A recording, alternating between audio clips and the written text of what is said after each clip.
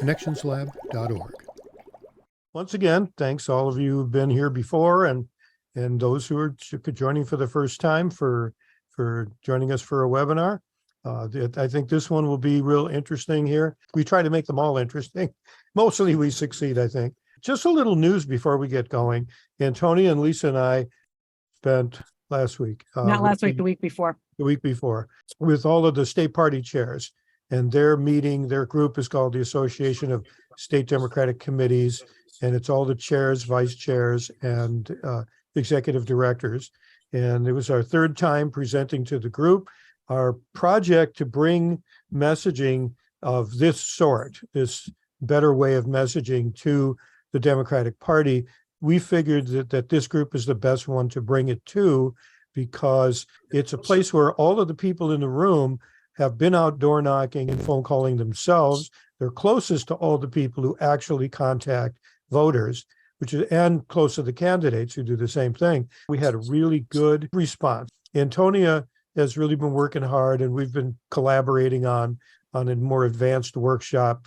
And it's a different twist on what we've been really preaching up to this point. This takes it to another level. Specifically, we're adding to our skill set the idea of being a lot bolder in what we do, and that we are looking at ways to get control of the debate.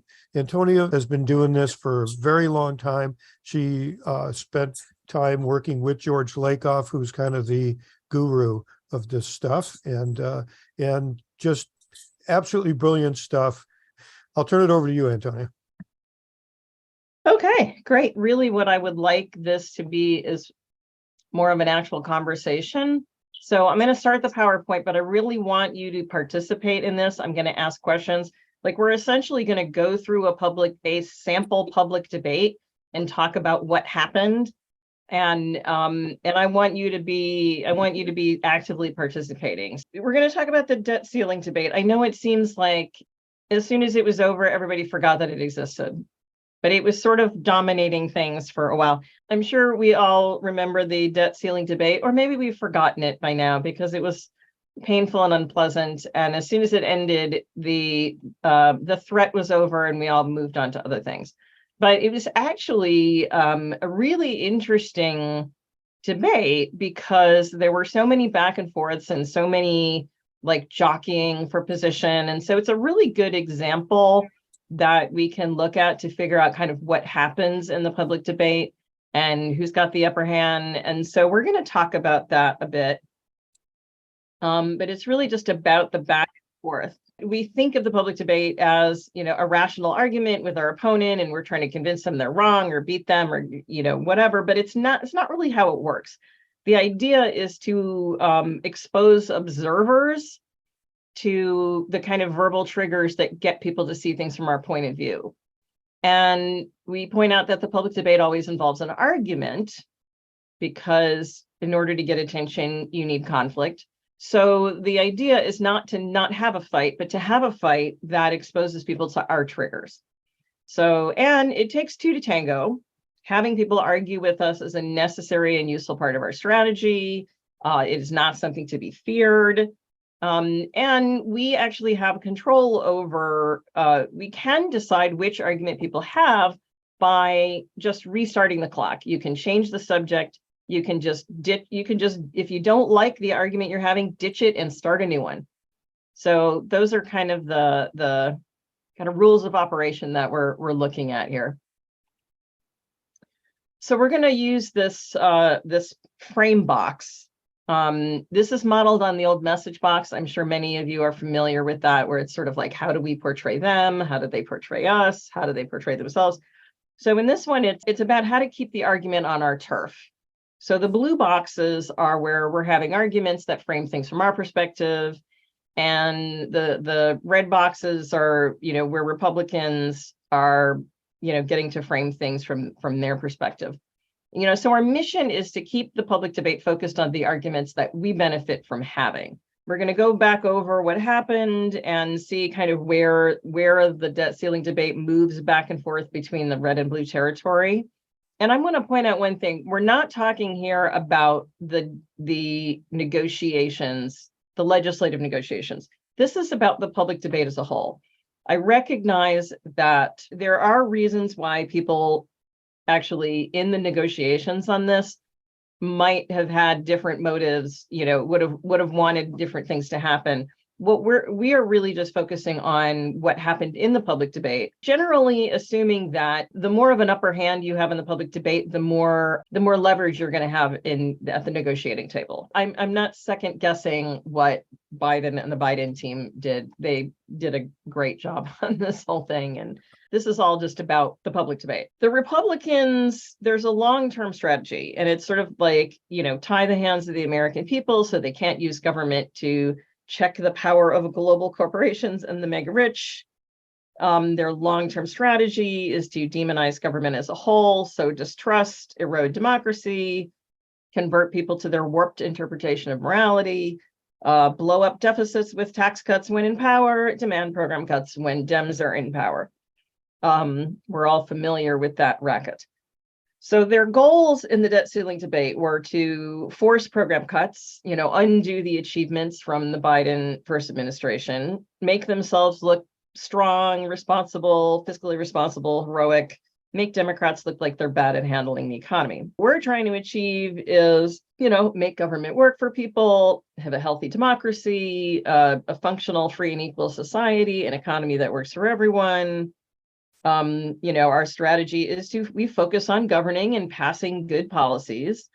We hope our policies will be popular, and we run on our record. So we focus on winning elections pretty much one cycle at a time. And our goals in the debt ceiling debate were to not let the Republicans blow up the global economy, protect the policy agenda won in the first half of the term, help renewable energy transition, raise revenue through tax law enforcement, get the public to see that we're doing a good job managing the economy, and get the public to see that the Republicans are the bad guy.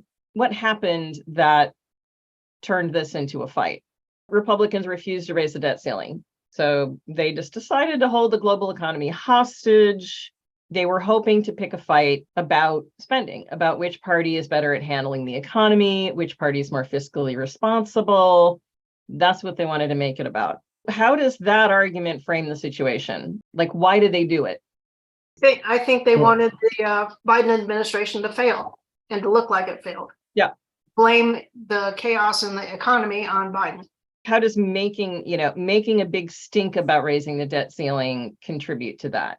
I think Republicans are playing on what they believe to be perceived as a strength in their party historically and traditionally, that economics they believe to be their strength.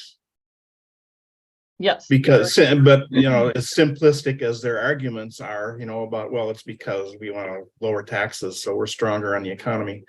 They project themselves as the party of economics. I agree with Chris, and I would say it's about their brand, right? I mean, this is part of their brand. We Republicans are better at handling the economy, and their brand is sacrosanct, right? That's Yep. And somehow it works. I can't imagine why, but it does. So yes, having that debate would be to the benefit of Republicans. Hobie, did you want to? Yeah. It's in the. I'm still stuck on the title of the PowerPoint, which is debt ceiling debate. And when you think about it, it's a frame. Debt is bad. Yep. They're trying to limit the badness there, and there's a debate about. Exactly. And we're not talking about investment. We're not talking about people's futures and that sort of thing. So when you say, what were they trying to accomplish by simply elevating the whole issue, they're getting the frame talked about in the terms they want to. Yep. The debate in this case is the public debate, not the debate between the Democrats and Republicans in Congress or, I see that we've got a couple of people with hand raised. It seemed to put Democrats on the defensive right from the get-go. I mean, we had to start defending. Did we really have to start defending is the question. So we had a decision point. We could accept their challenge and argue the merits, or refuse to argue on their terms and pick a new fight. What did we choose to do? Actually, we rejected their question initially and tried to start a new fight.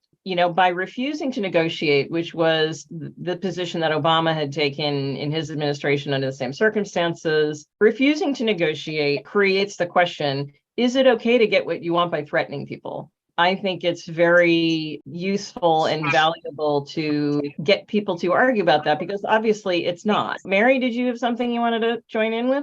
I just wanted to say, I keep seeing this thread of argument in Quora and places like that about how Republicans are smart because they're cynical about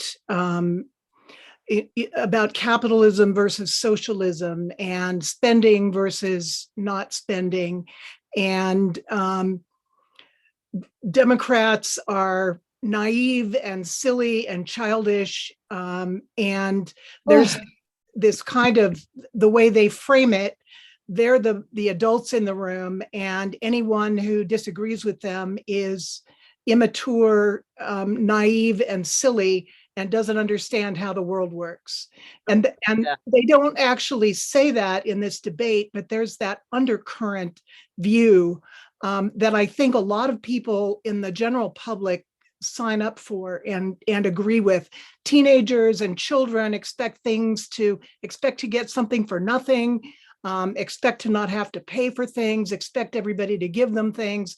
And adults know that everything has a cost. We have to pay for it. We just can't keep spending forever. And that's another theme.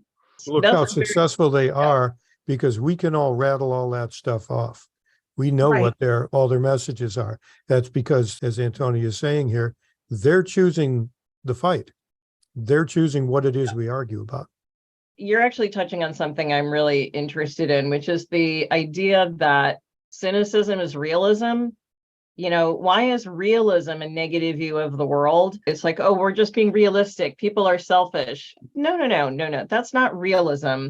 That's your viewpoint. By posing that as realism, you suggest that what we're saying is fantasy, that people actually function better by working together. I really am frustrated by that whole position. But let's keep looking at this. There are other ways that we could have done this. And I think we were in this position where we were saying we don't negotiate. We really could have pushed that. It's not the way a grown-up works to hold people hostage to get what you want. We could have pushed that line a little stronger. When we talk about it in those terms, then we're the adult. They're the ones who are being childish. You can't have a civil discussion when somebody is holding a gun to your head. There's a lot of things that we could have said that would have emphasized that tactic. So having that debate would have kept the debate on our turf. This kind of thing has been around for a while. Republicans were a lot quieter about how they did it, but this has been a long-term strategy. By at least having a long-term strategy,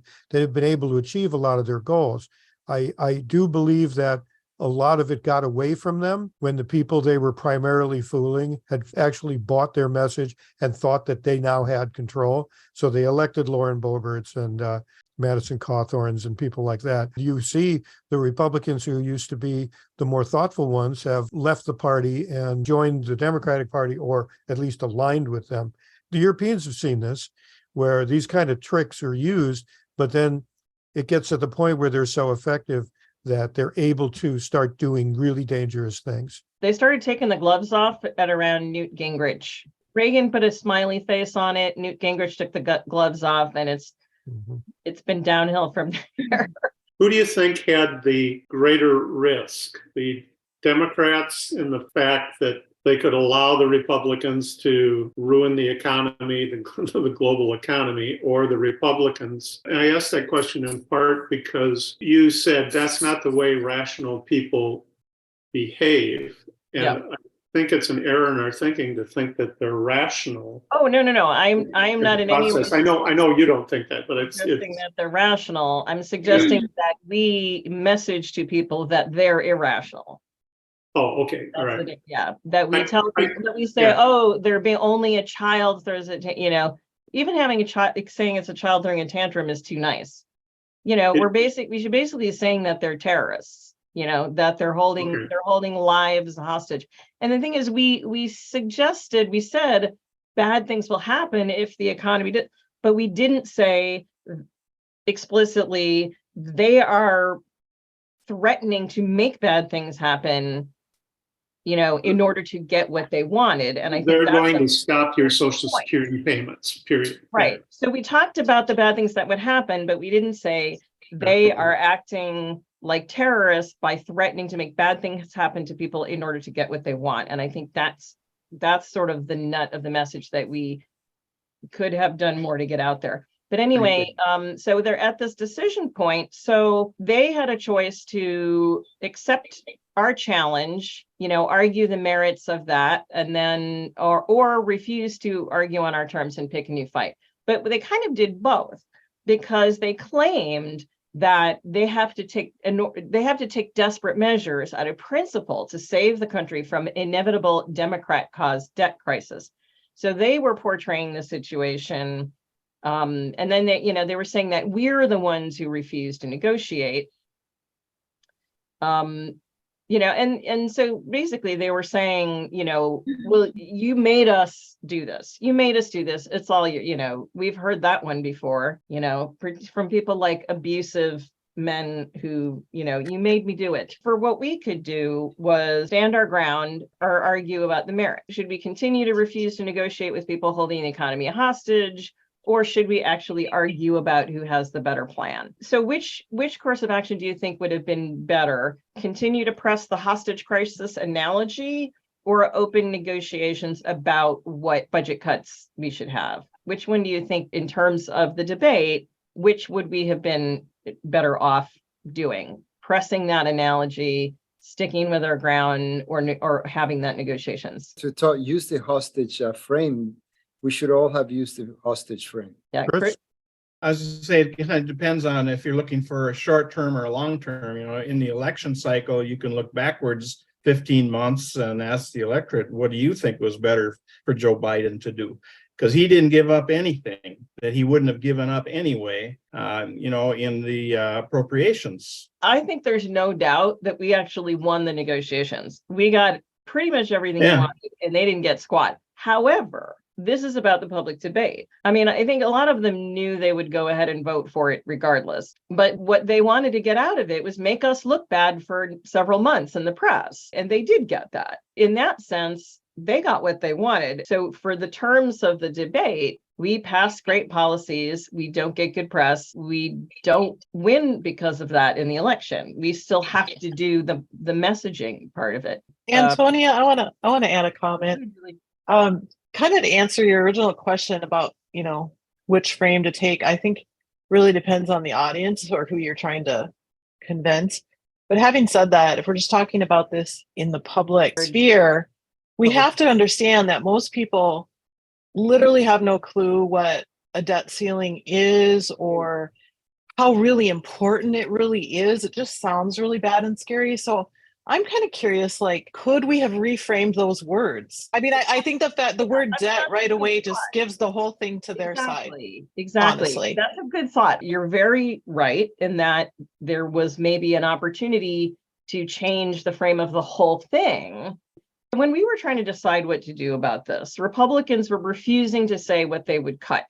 And I think in some respects, it appeared like an opportunity or like a weak point for them when we thought, okay, should we negotiate about the cuts? Maybe we can score points on the Republicans by forcing them to say what they would cut and then saying you're bad because you want to cut things that people don't want to have cut. It appeared as an opportunity for us, but challenging them on that point allowed them to change the question to what spending should be cut. Which do you think got more airtime? The we shouldn't negotiate discussion or the which things should we cut discussion? It was the spending cuts. Yeah. I would agree. Yeah. That's bad. I think that we just should have used this as more of an opportunity to talk about how the Republicans did this, right? Because they could, number one.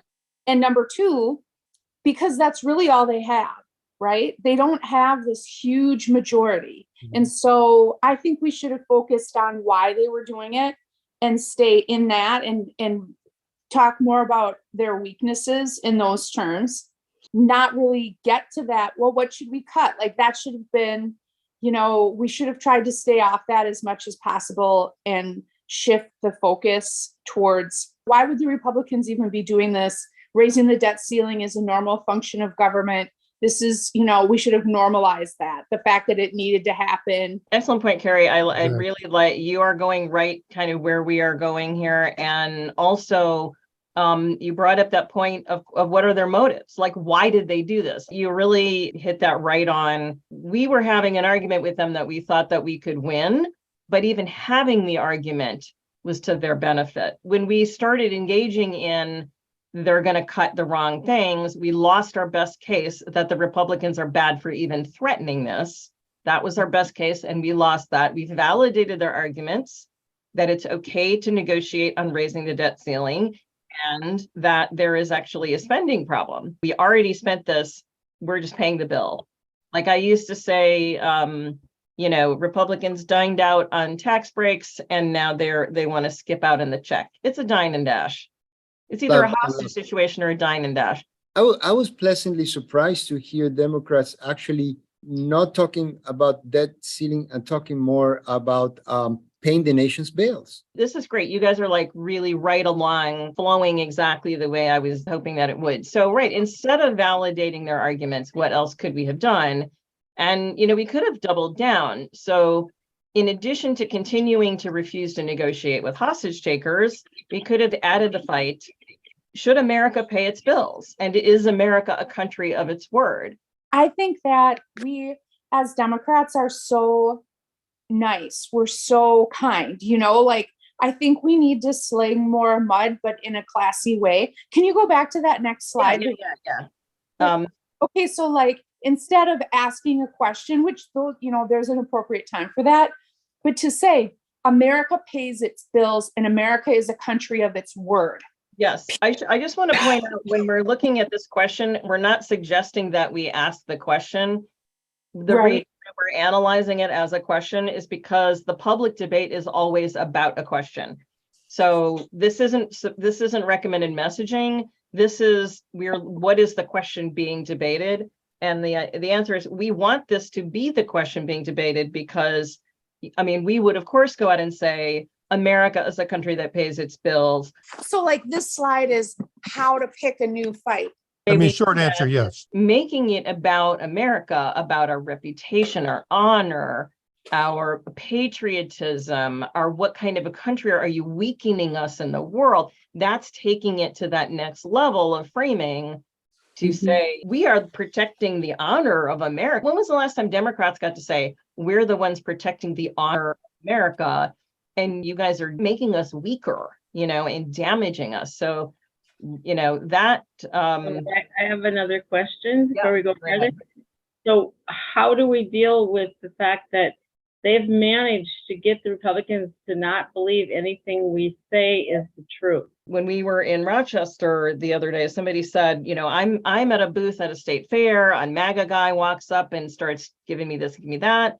What do I say? And our response was, you're not talking to that guy. You're never going to win that guy. You're essentially putting on a performance for all the people standing around. You go out there and you say, this is the right thing to do, and this is why, and that's why we're doing it. Should we balance the budget with spending cuts? It's implied in that, or what sort of country is America? Trump has done some things where he said, well, let's not pay the United Nations, let's not pay our Oh, God. fascism to be isolationist. We still want to be great and spend it. It's this counter argument of, Mexico is going to pay for the wall. It is that we do not have an obligation to take a strong position in the world, and we let him do that. And let this isolationism, American greatness thing take over the debate.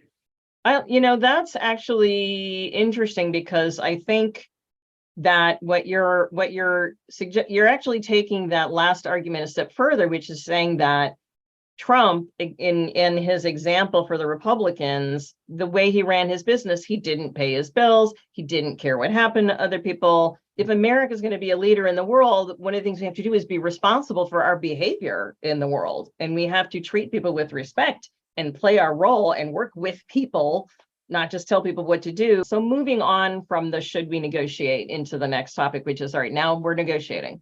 Assuming we do need to balance the budget and reduce the federal debt, which is actually under debate by some economists. It's not 100% certain that that's the case. But why didn't we have a debate about what was the best way to balance the budget? Like, what if we had argued instead about this? Should we balance the budget with spending cuts or by increasing revenue? Like why isn't this a debate that we had? Like, what would have happened had we gone out and said, there shouldn't be any cuts at all? We made the decisions to spend this money because these were critical investments in America and in our future. The whole problem is on the revenue side. Make the case for our programs, attack the Trump tax cuts. So, where would that have put us in the debate, in the frame box here? So one of the really important points I want to make about how we engage in the public debate is that by saying, oh, this is an unpopular position, so I can't take it, all you do is forfeit. Just basically going out there and showing some spine and saying, we spent this money for a reason. I think it would have been actually well received because people like it when you stand up for what you believe in. So back to the old, what spending should we cut debate. So we tried to win that argument by arguing that Republicans want to cut Social Security. So how did that go? What were Republicans' options?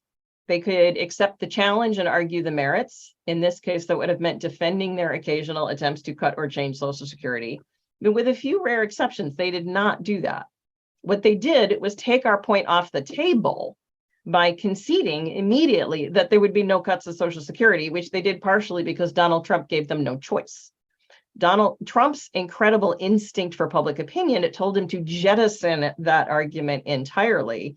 I don't know if you remember, there was some murmuring on the Republican side and Trump came out and was like, you need to say you will not cut Social Security or Medicare. Like, he just dictated that.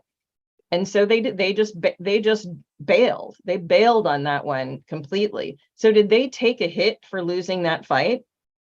Not particularly. I mean, we may have gotten a few days of getting to call them liars, but it's hard to keep fighting somebody who insists on agreeing with you. Like we said, it takes two to tango, and they were not going to tango. They just bailed entirely and picked a new fight. The one that got the greatest share of attention of the media and the public, unfortunately, was, should people have to prove they deserve food stamps? I hate this one. They're always dragging this one out. Because it works for them. Oh, yeah, because it triggers the whole undeserving poor frame, which is one of their best weapons in the whole tax and spend liberal frame. So let's step back to this earlier decision point and saying, so why didn't we make the case that we should raise revenue instead of cutting spending? And the reason is because Republicans in Congress insisted that raising taxes was off the table in negotiations, and they refused to discuss it. But what if we had not taken their no for an answer? What if we had said, well, I'm sorry, spending and program cuts are off the table. So if we had doubled down on the case that our spending were too valuable and important to cut, and that we should balance the budget by raising revenue, what fight could we have picked instead? And I think, had we said, well, we should repeal the Trump tax breaks for corporations and the mega wealthy. So as you saw, the whole debate about food stamp requirements was good for about a couple of $2 billion. I mean, it was like pocket change. So, the equivalent argument on our side would have been not just, we should repeal, the Trump tax breaks. There were a lot of Democrats that actually went out and made the argument like it's, the Trump tax breaks for the corporations and the mega wealthy were the things that really contributed to the lack of revenue that we're dealing with now. But we didn't take that further and say, therefore, we should only be raising revenue in these negotiations and not doing any cutting. because we could have then created a face-to-face, head-to-head fight between, you want to make it harder for people to get food stamps. We want to repeal your tax break for private planes and luxury yachts. The contrast to that, I think, would have been fantastic. That would have been a great opportunity to, it would have allowed us to make the case that Republicans are fiscally irresponsible by slashing revenues to benefit the rich and underinvesting in the American people and the economy, and that Republicans had a motive to threaten the entire global economy, to do the bidding of their mega rich friends. And their motive was they wanted to undo the accomplishments of the Biden's first 2 years. Who are they working for would have been a valid question there. So engaging in that debate about raising revenue and going on the offensive on that and saying, you're the ones being fiscally irresponsible. You're slashing the revenues to benefit your pals. This is another thing we got from participants in the Rochester training, is talking about underinvesting in the American people and the economy. The idea that we're not investing enough is a great way to look at this. I really liked that.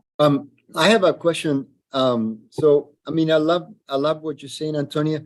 I'm just trying to figure out, how do you get a moderate Democrat to argue for spending? You would need to rewire their brain, basically. Yes, we have to rewire. Exactly. That is exactly what we have to do. Exactly what we have to do. And one of the first things to do is stop calling it spending and call it investment instead. Investing. Rewiring our brains is how the Republicans got to this point. It's how they got from getting their asses kicked in 1964 to where they are now. And they did it by rewiring our brains, by speaking their version of reality over and over again until it was built into our brains. We have to do that same thing. And we do that by speaking the truth from our perspective and repeating it until it's built into people's brains. That is how they did it. That's how we're going to do it. That's how it works. I think it will be easier for us. I don't think we need 50 years, because we are actually speaking, we're actually telling the truth, and we're actually giving people a hopeful and positive way to look at the world, which is much more encouraging than a negative and hateful way of looking at the world. Thanks, everybody, for being here. Thanks, all. This is really fun. All right. Thanks, everybody. And you'll be getting your email. Thank you.